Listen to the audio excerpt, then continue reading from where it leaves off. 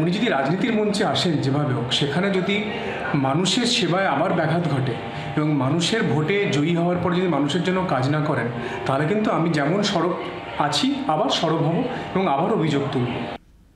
তিনটি প্রশাসনিক পদ থেকে দেবের ইস্তফার পর ফের সরব হিরণ। দেব বিজেপি বা অন্য কোনো দলে গেলে স্বাগত, কোন দলে যাবেন সেটা তার ব্যক্তিগত বিষয়।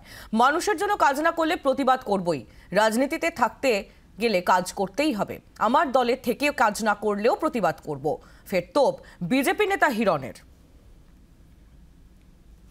বিজেপি কেন, উনি যা পার্টি জয়েন করুন না কেন, যদি নাও করেন, যদি করেন যে কোনো পার্টিতে, আমি সবসময় ওনাকে স্বাগতম জানাবো, সাধুবাদ জানাবো। কারণ ওনার ব্যক্তিগত ব্যাপার, উনি কোথায় যাবেন, কি করবেন, সেই বিষয়ে তো আমরা কেউ হস্তক্ষেপ করতে পারি না, আমাদের অধিকারও নেই।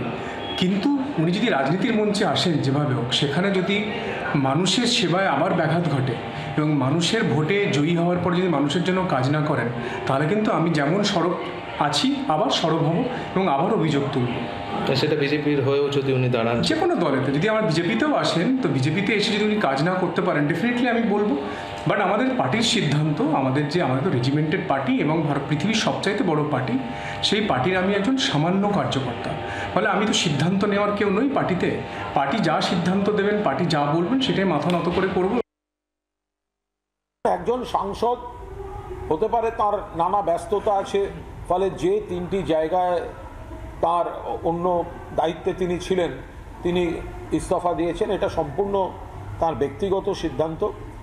দলের সঙ্গে কোনো দূরত্ব বা দল থেকে তিনি কোনো পাঠিয়েছেন, এরকম কোনো ব্যাপার হয়নি।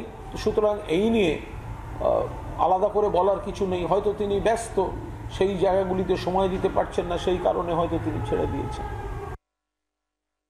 দেবের ফিল্মে গরু পাচার এবং কয়লার যে পাচার, তার টাকা খেটেছে কিনা এই নিয়ে তাকে সেন্ট্রাল এজেন্সি ডেকে পাঠিয়েছে।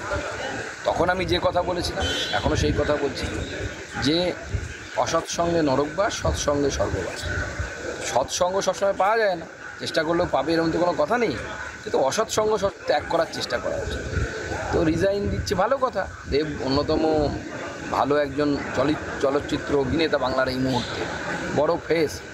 স্বাভাবিকভাবে সে কেন এই চোরেদের সাথে তার নাম জড়াবে? আমার তো মনে হয় তার এখান থেকে সরে আসা উচিত। আপনারা কি আমন্ত্রণ জানাচ্ছেন আপনাদের দলে? না, আমন্ত্রণ এখনও জানাইনি আমরা, কারণ বিজেপি আমন্ত্রণ জানানোর মতো পার্টি তো নয়। বিজেপি এত এমপির পার্টি, 303-এর উপরে এমপি আমাদের, আগামীবার আরও বাড়বে। তো স্বাভাবিকভাবে ওই বললাম, সৎসঙ্গ পেতে গেলে তো পরিশ্রম করতে হবে। অসৎসঙ্গ তো আপনি রাস্তাঘাটে পেয়ে যাবেন। সৎসঙ্গ পেতে গেলে মন্দিরে যেতে হবে, মন্দিরে গিয়ে ঘন্টা বাজাতে হবে, দরজা ঠকঠক করতে হবে, তবে না মন্দিরে দেব দর্শন হবে। দেববাবু পদত্যাগ করেছেন বলে তিনি সমালোচনার ঊর্ধ্বে বা সমালোচনার মধ্যে, এটা ব্যাপার নয়। দেববাবু এমপি হিসাবে যে পারফরমেন্স করা দরকার ছিল, যে দায়িত্ব নেওয়া দরকার ছিল, তিনি ব্যর্থ হয়েছেন। এর জবাবও কিন্তু আগামী দিনে ঘাটাল লোকসভার মানুষজনকে দিতে হবে দেব সাহেবকে। বাংলার আওয়াজ, বাঙালির আবেগ, জি 24 ঘন্টা।